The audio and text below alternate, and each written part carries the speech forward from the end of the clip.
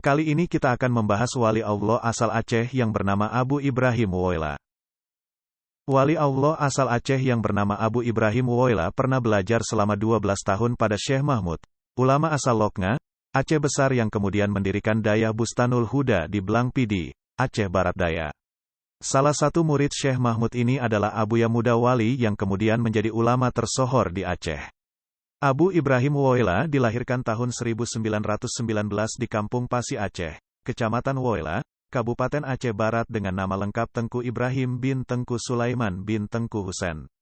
Pendidikan formal yang diselesaikan Abu Ibrahim Woyla hanya sekolah rakyat, SR, selebihnya menempuh pendidikan dayah, pesantren, selama hampir 25 tahun. Selain itu Abu Ibrahim Woyla juga pernah belajar pada Abu Calang, Muhammad Arsyad, dan Tengku Bilyatin, Suak, bersama rekan seangkatannya yang bernama Tengku Adnan Bakongan. Selesai belajar kepada Abuya Muda Wali, Abu Ibrahim Woyla kembali ke kampungnya di Pasi Aceh.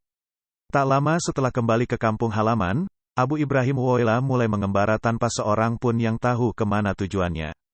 Setelah Abuya Muda Wali kembali dari Makkah dan membuka Dayah Darussalam di Labuhan Haji, Aceh Selatan, maka Abu Ibrahim Woyla kembali belajar kepada Abuya Muda Wali selama 2 tahun untuk memperdalam tarekat Naqsyabandiyah.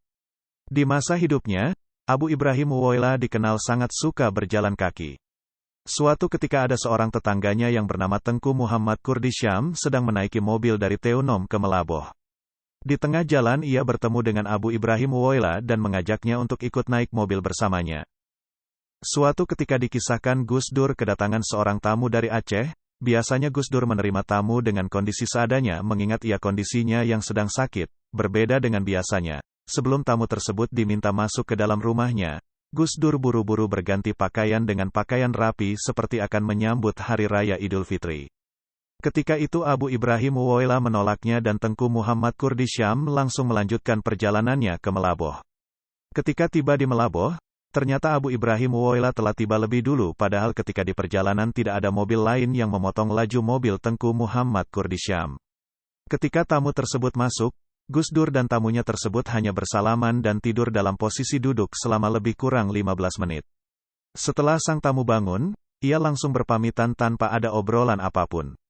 Ketika hal itu ditanyakan barulah diberitahukan bahwa yang datang itu adalah Abu Ibrahim Woyla, seorang ulama sufi dari Aceh.